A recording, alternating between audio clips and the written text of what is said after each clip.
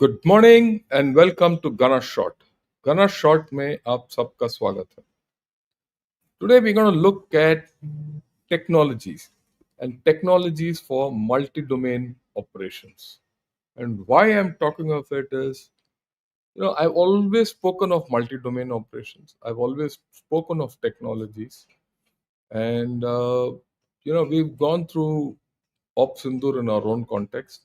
We've also gone through a whole lot of issues with China in the past 4 years.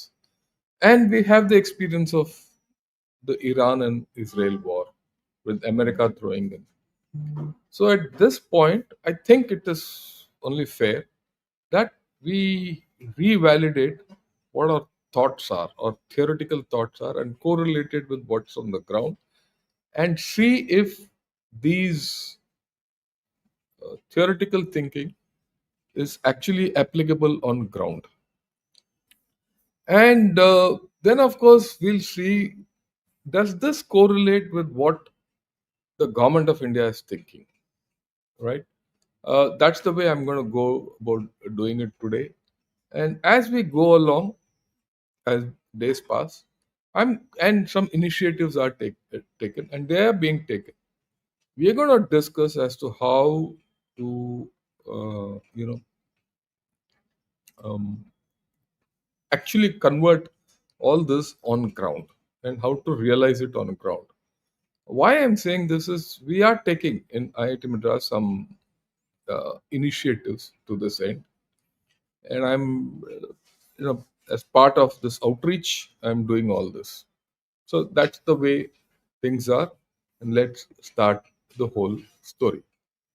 Okay, but first we need to understand our own, operational settings and see what has happened. And after all, when you talk of multi-domain operations, you can talk of what's happening in Ukraine, what's happening in Russia, what's happening everywhere. But we need to figure out actually what's happening in the India China context and in the India Pakistan context. And of course, the fact that there's going to be a joint collusive effort from both. And that is the important thing which I want to, focus on. Right. Okay. Now this is this. See this. This is the trajectory of operations with, India and China and India and Pakistan. This is how it is. Let me go through that, then I'll look. We'll talk of the thing. 2017, we had Doklam. It was a sharp, short confrontation. Non, I wouldn't say non-violent, but it was definitely without arms, right? And it lasted for about 5-10 days, and then the after effects are long. Then you had the Galwan, that was in 2017. From 20 to 24, for 4 long years, you had the Galwan, Kailash, and Eastern Ladakh operations. Now, these are very funny operations in the sense it started with I wouldn't say unarmed combat, but combat without weapons, and where sticks and stones were used, and it formed a new set of unarmed warfare, right? Unarmed combat. Then followed by Kailash, which was just a maneuver. It was a huge maneuver. And then, of course, it went into a long thing of confrontation, for over 4 years, till it got resolved to a large extent last year. Then you have, in between this, you had the Yangtze clash. That's important because, uh, again, a Yangtze clash is important because you didn't use tech, you didn't use actual weapons, but technology came into play. Op Sindur, everything, no holds barred. But over just 3 days, you finished. And Kargil. Okay, why I put this trajectory is this is also something which defines. At one end, you had Kargil, which went on for a month and actual firing and everything, and Doklam, which is just a push and shove kind of an encounter. That's the actually the outer limits of war as exhibited between us and China. or between us and Pakistan. And this is important because it is in this operational context that we are going to apply technology. Without understanding this, if you take the Russian model or the Ukraine model or the Gaza model or the US model or the Iran model, will go out of equation. And if you see, except Sindhu, right, the rest of the battles were all high altitude clashes. That issue that we're going to be doing all this in high altitude is paramount. Right. There are a few other issues which came up in this entire story, and this is like this. First and foremost, India wants to develop despite conflicts. Gone are the days where we feel that, look, we can afford to sacrifice our development at the cost of a conflict. That's out.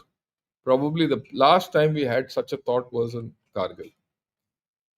Okay, and where it was forced upon us and we had no choice, but given a choice we would have probably attempted it differently, but it's no more so, right? uh, okay. Then the next thing is, it's a universal phenomenon that nuclear states not likely to go in for long wars, will not go in, there's no doubt about it. Okay. And there'll be no long wars, there'll be no very active wars, because the escalation control beyond a point in with nuclear armed states is going to be difficult. So wars definitely have to be sharp and short if they if there is too much violence, and that's what we saw in Op Sindhu. That means that today non-contact warfare is more likely than before. You saw that in Op Sindhu, completely non-contact. And what you saw in the Israel Iran war also, more non contact. In fact, there was no contact at all. You see today, the Ukraine and Russia, the simmering campaign which is going on, completely non contact. Actual combat is hence likely to be short, right? And more intense with Pakistan. With Pakistan, it's going to be always a high intense battle, even if it involves conventional war and conventional combat. But the chances as days have passed appear, you know, far away. With China, the evidence says combat is likely to be of a low threshold of violence, and but it will be a long duration. It will be a struggle. With China, we'll have to, be at it. It's not going to be happening in a hurry. Okay, but in the overall context, whether it is with Pakistan or with China, technology will dominate. Okay, we shouldn't have any doubts. So, if that is the case, let us see the concept of multi domain operations as it has evolved and see how it has been applied in, you know, both the Pakistan case and the China case. And then we'll see what are the technologies. Okay, this is the my concept of multi domain operations, which is now being widely accepted. And I put out this concept about 4 years back. My first article on this was against, long back, and it came up out in the Sunday Guardian. And after that, a lot of people have started accepting it. At that point of time, people said, no, no, this is nothing. This is, uh, well, far fetched, but it's happening. That's the thing. Now, you look at it, I'll first explain. There are three domains, right? Conventional domains of air, land, and sea. Then there are technology domains. And these technology domains are space domain, cyberspace domain, nuclear domain, and electromagnetic domain. Many people question this. We'll come to it, of the issue of nuclear being a domain, but that's one domain which we have seen figuring whether you like it or not. Then you have four traditional domains of energy, politics and ideology, diplomacy, and economy. And then the cognitive domains, which are very important. That is public opinion, legal, and influence. The Chinese call it the three warfare strategy, but I call it the cognitive domains. And you're going to operate in a place where there is neither war nor peace, and it's going to be day and night. We don't know whether it's day or night. You've seen this in Opsindur. Operations went around 24 by 7. A lot of operations got executed at night. The actors could be state, non state, state sponsored NGOs, MNCs, and the means could be hard and soft, conventional and non conventional. All these are on the cards. Just see the multi domain aspect and let us correlate it with what happened in Opsindur. Okay, right? First and foremost, non state actors unleashed mayhem. So you're looking at non state actors unleashed mayhem in Pahalgam, that is in the land domain, right? And they used, I mean, the means they used was non-conventional. So what was the response from India? We responded through air and land, that is there. Apart from that, we to prosecute operations in air and land, we used space, right? And we used the electromagnetic spectrum, no doubt, and of course, cyberspace. We didn't use nuclear. Okay. But the threat went from energy and resources being water resources. We threatened through that domain, right? It's still there.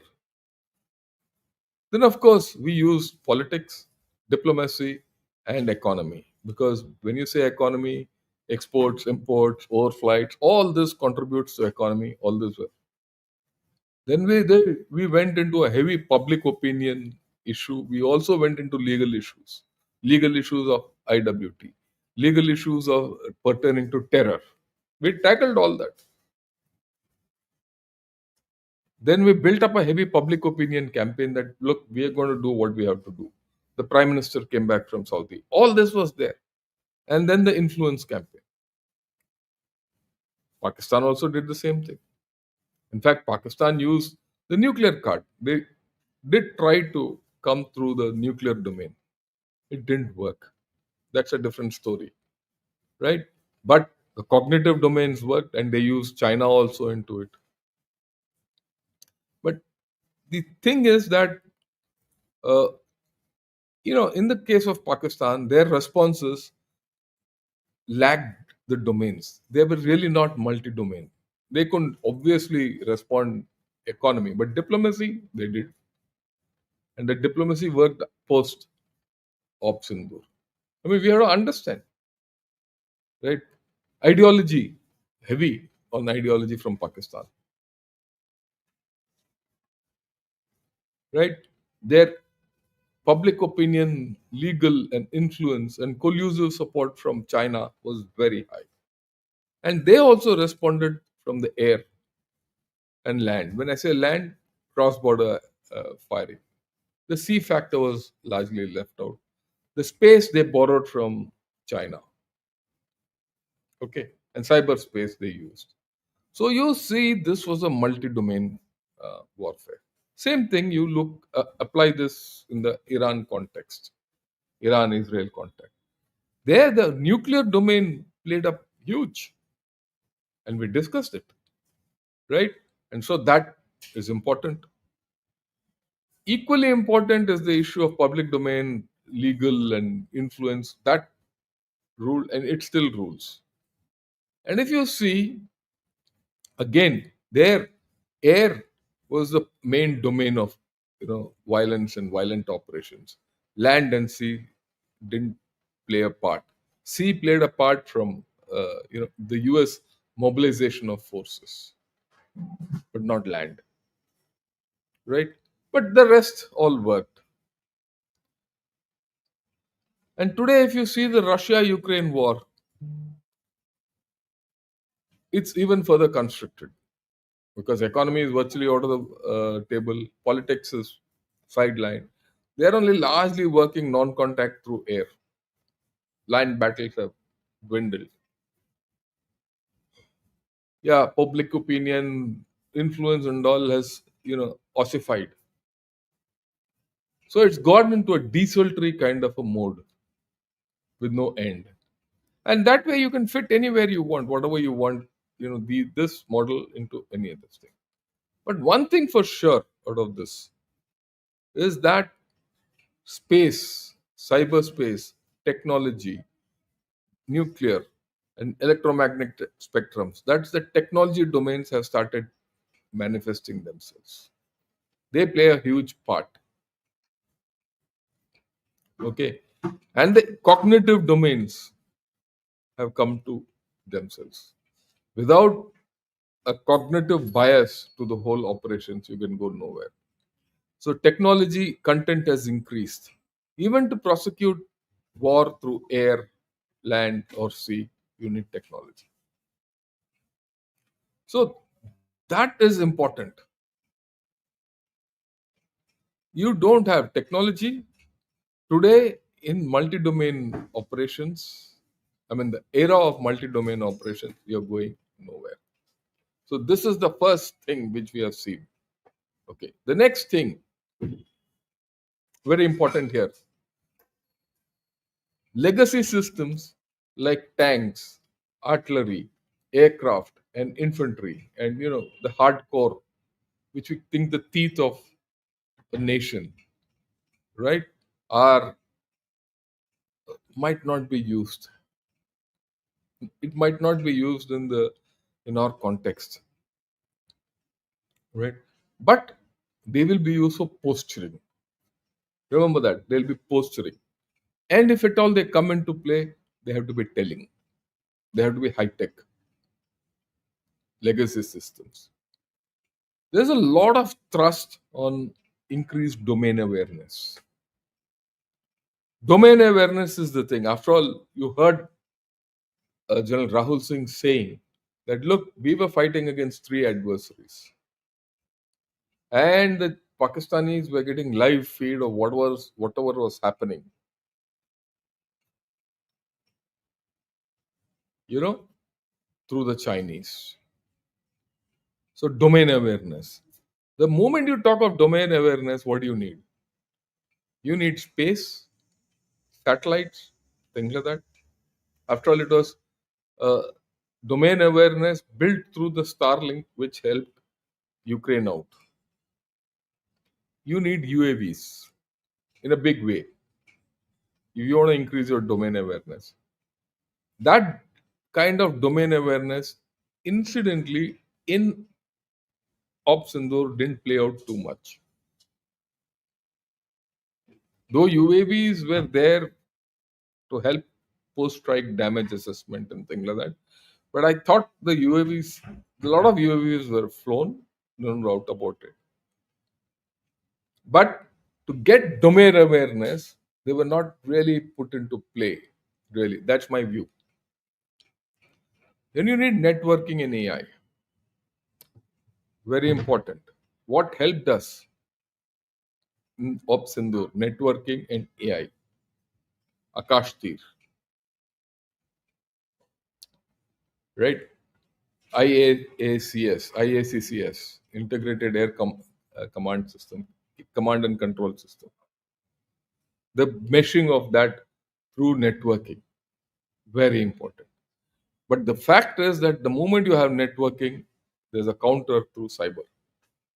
But it's a technology, we'll talk of that.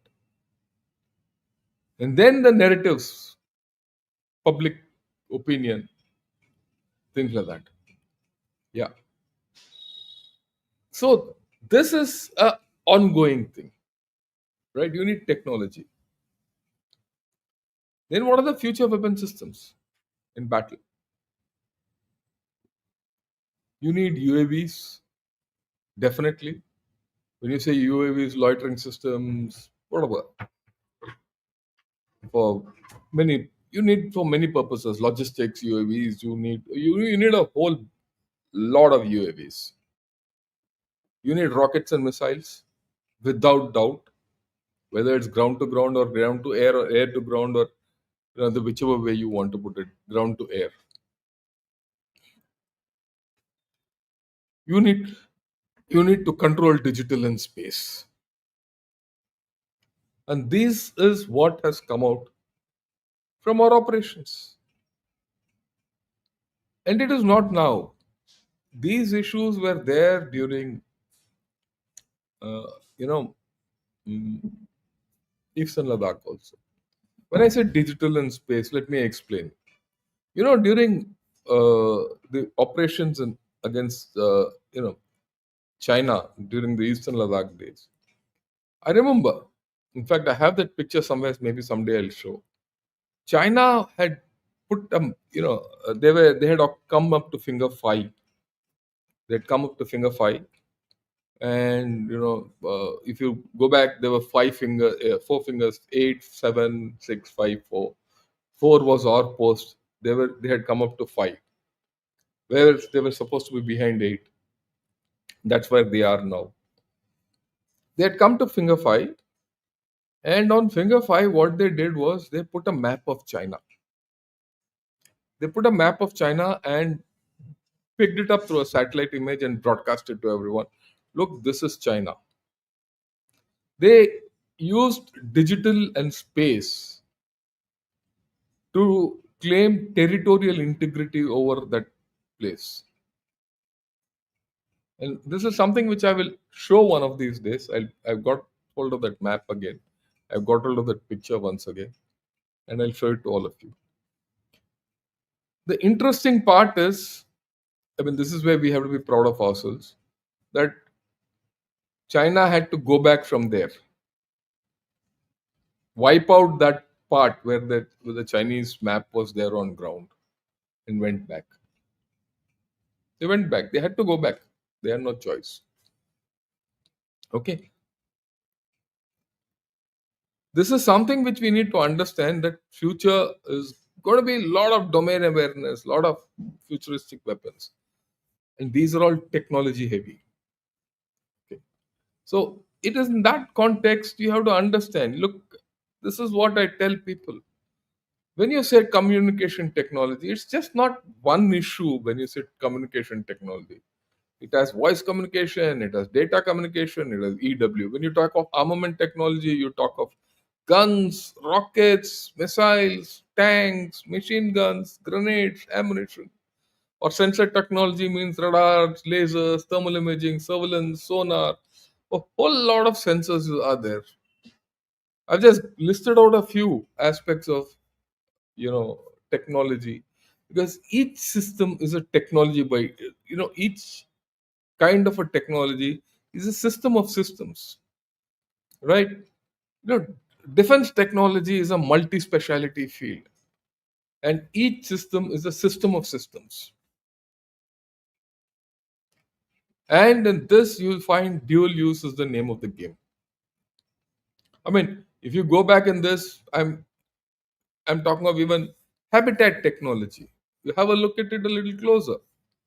I'm talking of habitat technology, where I'm looking at military structures, roads, buildings, clothing and food. All these technologies have. Why I'm talking of technology? Because you need modern technology to survive in high altitudes. Okay, or for that matter, transportation technology. You need air vehicles, you need sea vehicles, you need land vehicles, manned, unmanned, and all that. And of course, there are other space, network, cyber, all that. And this is what I keep telling my students, that this is the spread of technologies which you're going to see in future. But as far as I'm concerned, core technologies which today you need, which you can't live without, are these 12. And I've spoken of this 3 years back. It's not something new. Not something new at all. I've spoken of this 3 years back.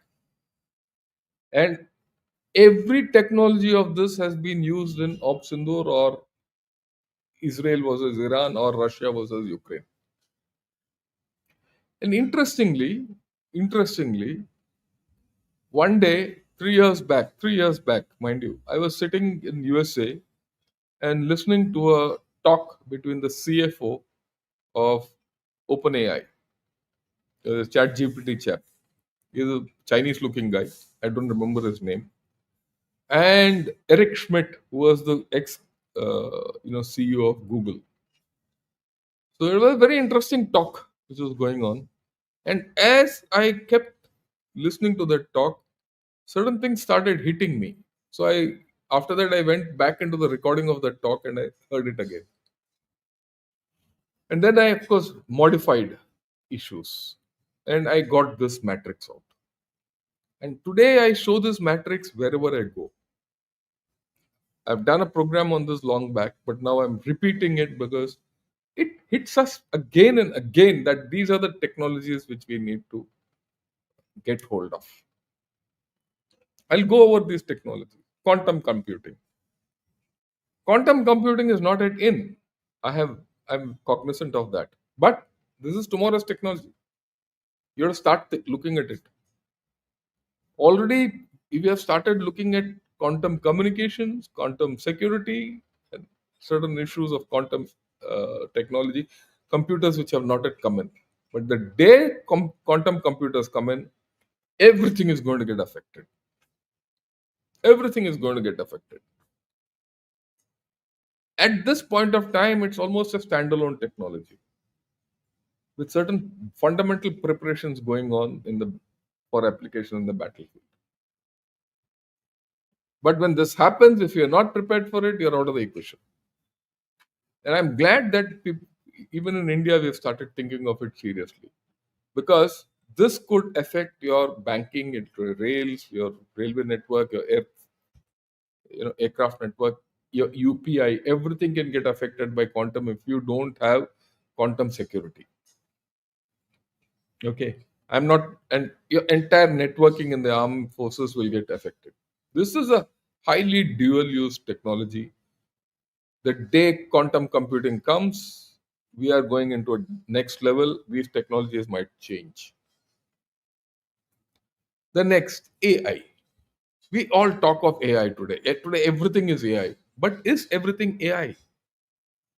I don't think so. A lot of is only fundamental, machine learning in its basic sense. Those of you who know technology will understand what I'm talking. Everything which is fundamental machine learning is being peddled off as AI. But having said that, do we need AI? Of course, you need AI in the battlefield. You need it for domain awareness. And I'll talk of domain awareness some other day. You want to do computer vision. What is computer vision? The ability to, you know, uh, analyze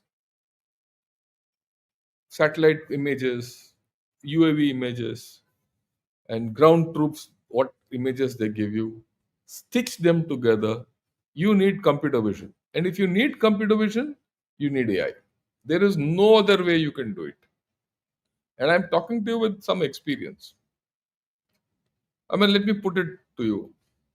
Uh, I'm more into technology than geopolitics, but I talk more of geopolitics than technology. That's the thing. I don't talk too much about technology. I do technology. I know something about AI. I can't write a code, but I know how to apply it. And I have a couple of PhD students under me who are working on certain aspects of AI. I'll talk of it a little later, some other day. I'll get my friends, Harimohan Singh, Harimohan Iyer, and Rajiv Narayanan. Will all sit and talk of this very matrix. I'll talk in a different context. Give us few days. We'll come back. Right. So we are talking of AI. Right. Now AI, large language models, computer vision, and uh, what I'm saying is large language models, computer vision. Computer vision demands a separate AI. Large language model different is a separate kind of a AI. Then your ability to capture radio frequencies and networks and all that is a different kind of AI. and put them together is multimodal analysis or multimodal fusion, as they call it.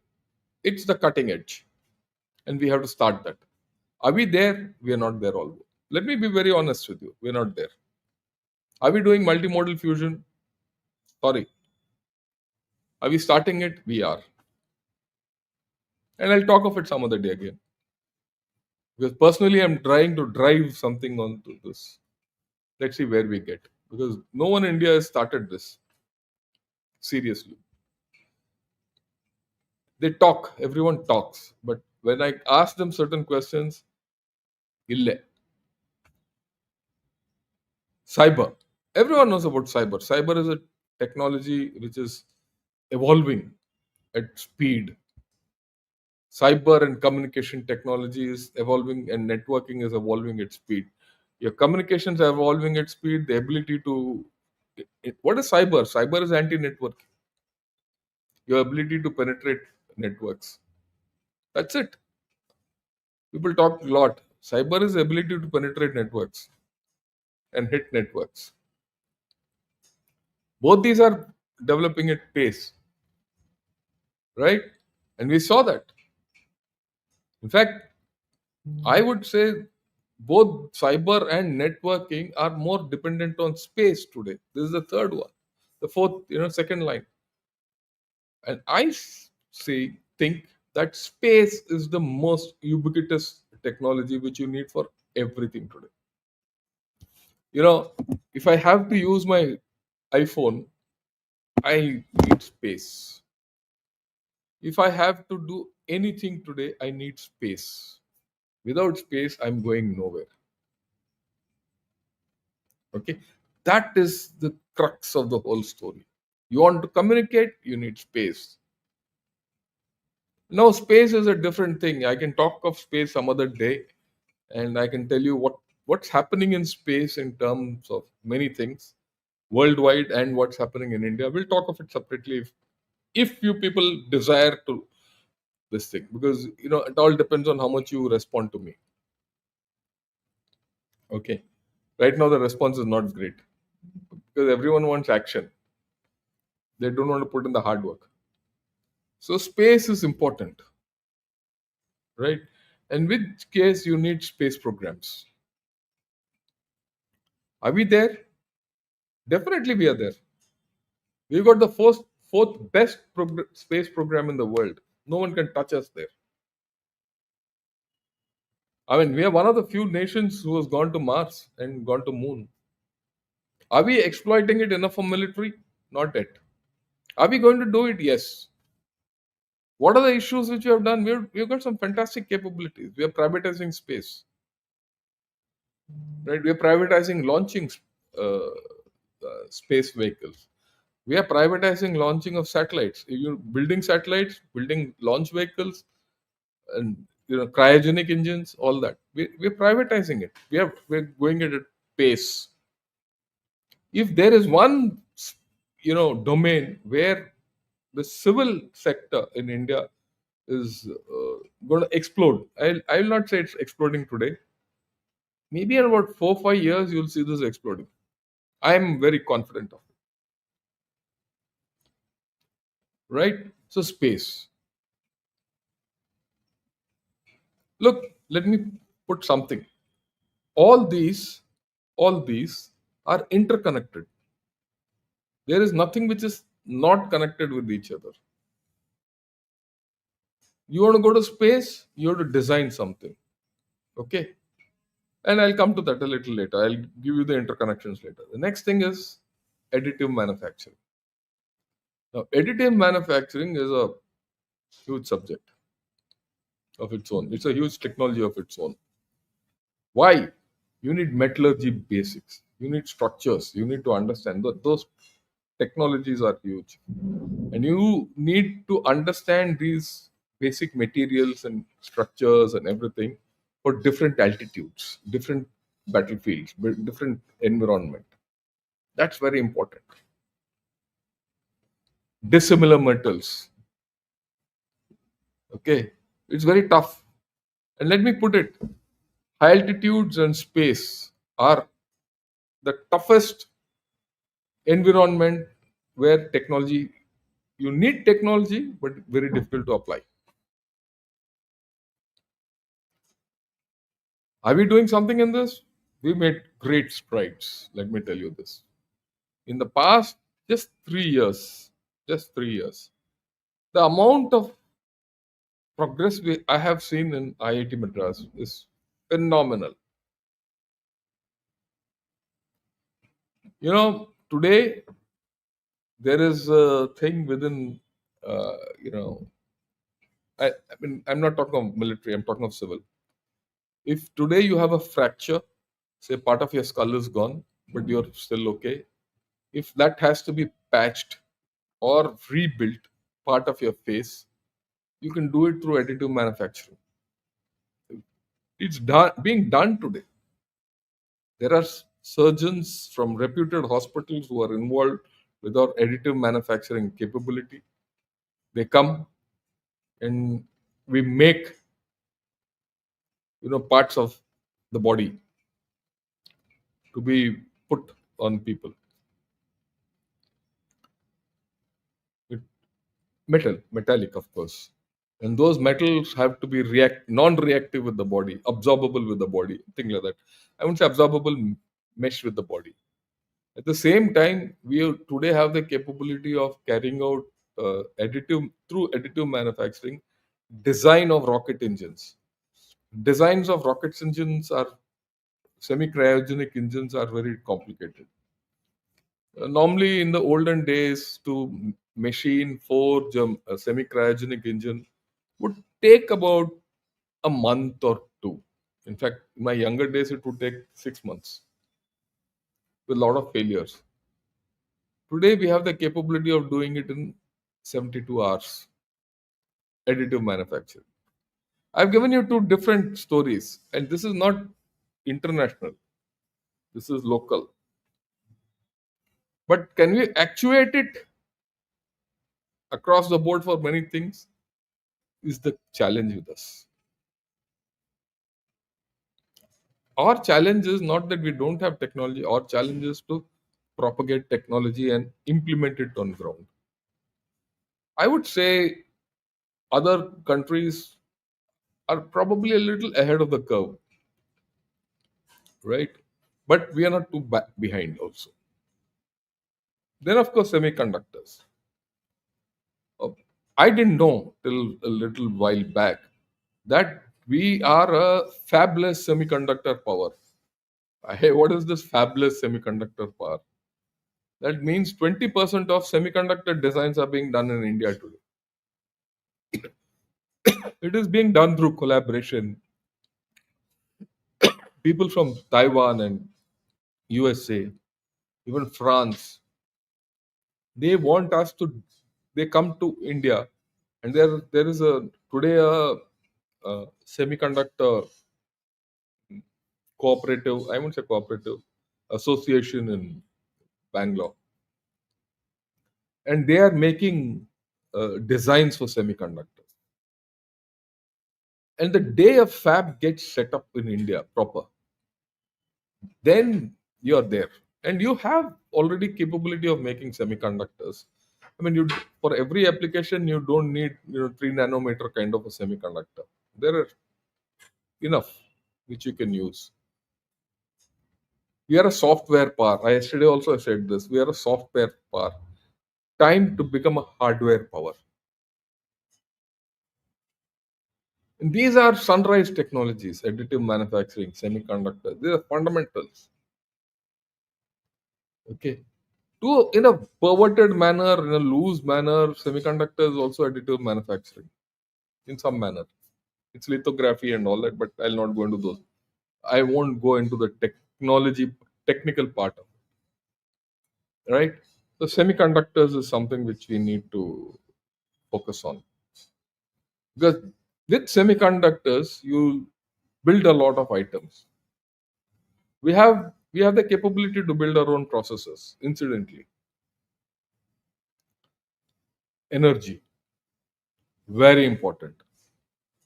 You need energy for everything, whether it is lithium ion technology, hydro technology, uranium technology, thorium technology, nuclear energy. For everything, you need energy. On the battlefield, you need a lot of energy if you want to put a lot of technology. But energy comes with a cost. Energy increases your logistics. Energy increases environmental problems. Your footprint goes away through energy because every diesel generator which you run in the battlefield is potentially a target. And look, let me start with energy. You need to communicate, you need energy. You need to do additive manufacturing, you need energy. You don't want to do anything in space, you need energy. Energy in space, energy in altitude, energy in low altitude, energy in everything. So without energy technologies, where do you go? So you have to invest in them. You have to invest in solar technology, you have to invest in natural renewables in a big way. Then come down from energy, let's get to robotics and unmanned systems. Well, I don't have to talk more about robotics and unmanned systems. There's no doubt that UAVs and all that we've spoken enough. Propulsion, most underrated technology, most unknown, but most critical. Okay, most critical. Every rocket, every engine is all about propulsion. Why are we stuck in aircraft? Because you don't know propulsion technology. The jet engine is a propulsion technology basically. Have we mastered some part of it? Some part of it we have, some part of it we have not. You want to build a hypersonic, you need propulsion. You need to have a subsonic cruise missile, you need propulsion. Okay. Now, propulsion is, like I said, there is no system here which is standalone. Propulsion means you need chemistry, you need AI. I mean, just to put it in picture, we are building a ramjet based artillery shell. So I'm using many technologies for that. I'm using AI. I'm using AI. I'm using additive manufacturing. I'm using semiconductors. I'm using fundamental chemistry, right? Whole lot of things. So nothing is single. Nothing is single. We need to do a lot of research into metallurgy. The next technology is cloud memory because we are doing so much computing that has to go somewhere. Do we have enough cloud memory in India? We just started building. Otherwise, all our cloud banks are sitting in Google and Azure. Azure is Microsoft. Google, Alibaba. The Chinese and the Americans have cornered this. So all your memory is lying there. You have to make your own memory. And if you go into cloud memory, that's a technology of its own. In fact, all these technologies, Rajiv Narayanan and I have discussed this and put it out on Ghana Short 2 years back, not now, 2 years back, but we'd be happy to repeat it. Okay. And then this thing called synthetic biology, which is coming in. It's going to change your pharma sector completely. Are we into it? We should start. And the thing is, you look at it, you need a rocket, a great rocket, okay, or a long range system. The first thing you need is propulsion. Now, to do the propulsion, you need to do design. For designing, you need AI. Okay.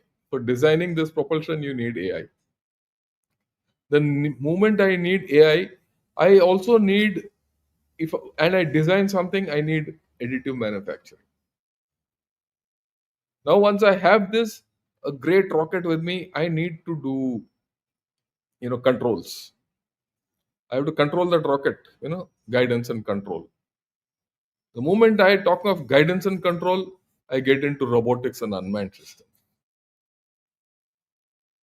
The moment I'm looking at robotics and unmanned systems, which means that I need semiconductors. Control, control instructions have to be given, and then I have to control it in space. So I have to go to space. I mean, it's not simple. That means I need communication networking, which means I need to do cyber proofing. For all this, I'm generating a lot of data. I need a cloud memory. And to put it across into the enemy, I need multi domain awareness. You see how things are moving. The kind of technologies which you today need is it's, it's just not one, it's not just multi domain tech in a warfare. There's multi domain technologies. Every domain I can fit these 12 technologies. Show me one feature of multi-domain operations where 3 to 4 of these technologies don't come in. And this is what I've been trying to tell everyone. Okay, right. Now, those technologies by themselves have no value. I have to convert these technologies for use in altitude. If I need battlefield transparency, I need space technology. That means I need to see into the enemy. I need to see it from space, which means I need GIS, I need unmanned systems, I need night vision sensors, I need AI, and these are all technology. All these is like a woolen ball. If I need reach, which is range, I need propulsion, unmanned systems, control, and guidance. And to apply this reach, I need battlefield transparency. And then I need to be precise. So then I need communication technology to be precise. I need fiber optics. I need cyber technology. I need AI. So I get back to that matrix. If I need energy, I need renewables. I need fuel cells. I need space based systems. I need nuclear systems. Everything is connected. So, and every technology has to be applied in the right measure in a particular system. But you need core understanding of this technology. Do we have that core understanding? Yes. Do you have the ability to convert that core understanding into something? Not yet. Some we have done, but my view is we have a long way to go.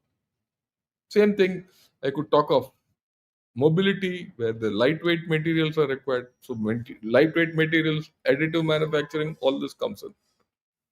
You need infrastructure and right to go up. Mobility means roads.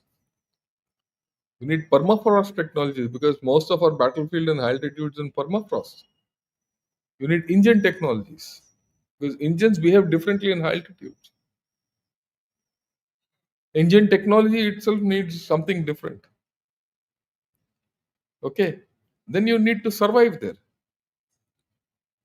You need individual protection, you need collective protection, you need medical technologies. That's why synthetic biology comes in. And then you need weapon protection because weapons are to be protected, which means anti drone systems or whatever. And that means technology is related to robotics and this. So it's complicated. You need to understand technology to make this happen. For us, the linear model has failed. You know, either you go through the DRDO or the OFB, PSUs, that's not work for major technologies, or you import. It's too costly because technology which you make is cheap, technology which you buy is costly. And secondly, whatever technology that fellow gives, you have to lump it.